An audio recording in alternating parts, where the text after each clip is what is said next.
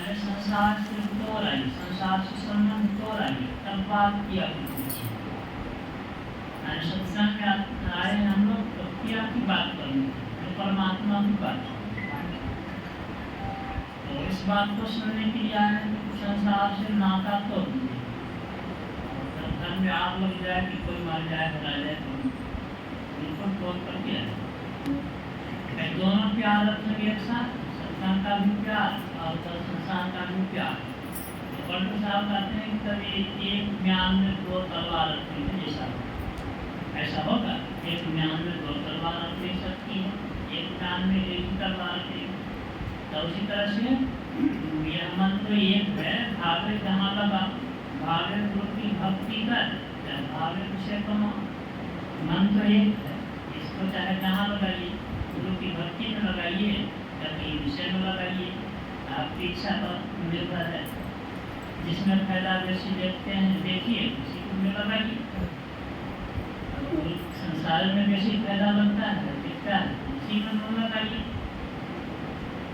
गुरु की भक्ति जैसे फायदा दिखे इसमें मन लगाइए। तो बहुत बातें हैं और उधर जाऊंगा कि उधर विषय जो पाठ हुआ है छूट जाएगा। तो हम लोग विषय पर आ गए। थोड़ा सा बीच में इधर उधर की बात हो जाती है तो मन अब उधर चला जाता है। तो पाठ करेंगे एक कृष्ण भक्ति। तो भगवान कहते हैं कि जो सब आशा भरोसा छोड़कर जो मेरा भजन करते हैं तो वह मुझे प्राण के समान प्यारा है। उसका मैं योग से वहन करता हूँ, सारा भार उसका मेरे ऊपर है। तो भगवान के यहाँ बस केवल भक्ति की पूछ है, भक्ति का स्थान और भक्ति ही होता है और किसी बात की। सभी अपने को हीन बता रहे हैं कि मैं आपकी स्तुति कैसे करूं, मैं नीच जाति हूँ, गिरनी हूँ, भारी बुद्धि वाली हूँ, अधम हूँ, नारी हूँ। भगवान कहते हैं कि ये सब बात क्यों करती है? तुम्हें तो सब प्रकार की भक्ति विरत है, सकल प्रकार भक्ति विरत और तुम जाति पाति की बात मुझको तो मानो एक भक्ति का नाता, मैं तो सिर्फ भक्ति का नाता मानता हूँ और तुम जाति पाति आदि की बात करते हो। जाति पाति कुल धर्म पर आई, धन बल परिजन गुण चतुराई। भक्तिहीन नर नहीं सोहई कैसा, भक्तिहीन नर सोहई कैसा, बिन जग बारिक देखी जैसा। कोई जाति पाति धन कुल बड़पन में भरा हुआ है और भक्ति नहीं है तो वह उसकी शोभा ऐसी जैसे कि बिना पानी का बादल। तो मैं तो सिर्फ भक्ति का नाता मानता हूँ, तुम जाति पाति आदि की बात करती और तुम में तो सब प्रकार की भक्ति है, इसलिए मुझे तो तुम सबसे ज़्यादा प्रिय हो। भगवान ने केवल कहा ही नहीं करके दिखा भी दिया। सभी बैल चक्कर के भगवान को दे रही है कि मीठा मीठा बैल भगवान भी बड़े मस्ती में खा रहे हैं, मीठा का ख्याल भी कहीं नहीं, मीठा बैल खा रहे हैं। लक्ष्मण जी से कहते हैं, लक्ष्मण दोनों देखो कितना मीठा है, कितना स्वादिष्ट है। लक्ष्मण जी सोचते हैं मन ही मन, भगवान जैसे अपने वैसे सबको समझ मीठा बैल खा रहे हैं तो कितना स्वादिष्ट। मन में विवेक हो गया लक्ष्मण जी पीछे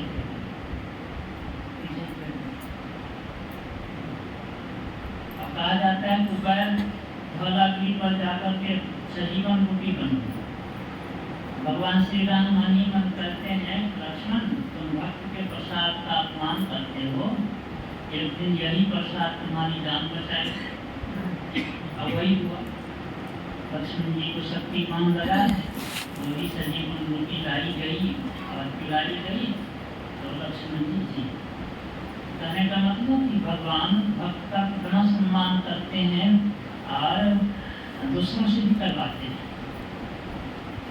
महात्मा लोगों से भी करवाए। गंगा सरोवर का जल सर गया, कीड़े पड़ गए थे, सभी का अपमान किया था महात्मा लोगों ने।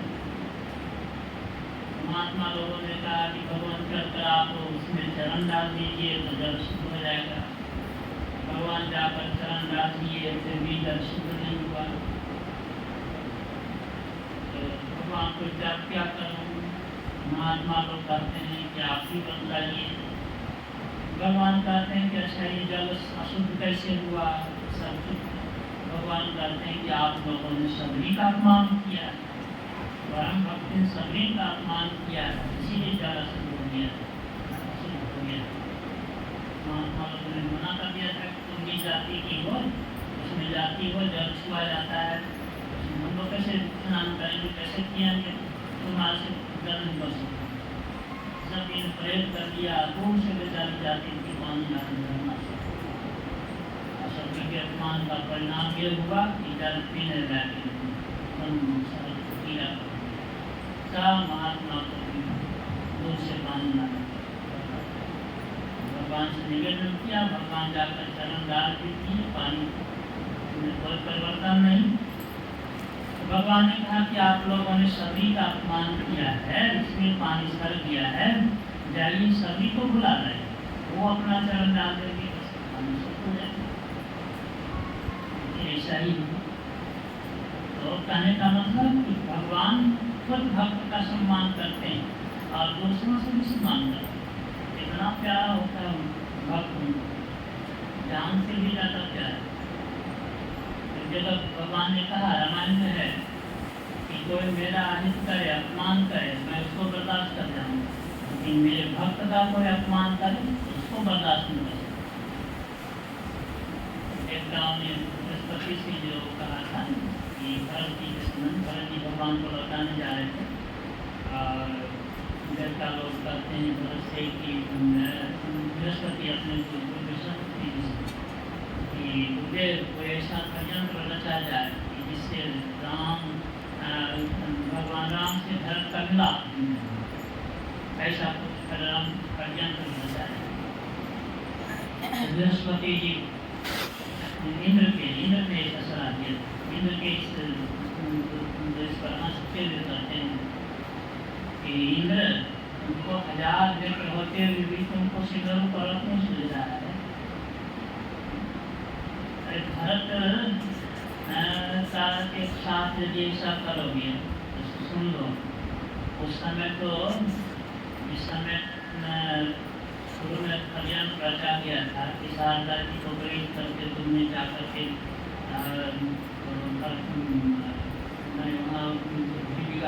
गई थी, राजा अभिषेक न होकर वनवास हो गया। तो इस सब बात को भगवान सहन कर लिए, क्योंकि भगवान की भी सहमति थी, भीतर की सहमति थी। उनको राजा अभिषेक में राज्य नहीं करना है, उनको राक्षस का संहार करना है, तो भगवान मान गए।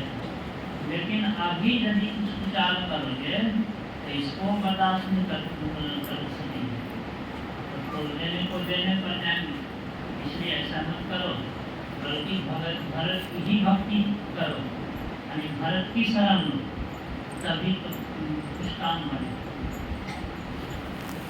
तो कहने का मतलब कि भक्त को भगवान इतना चाहते हैं।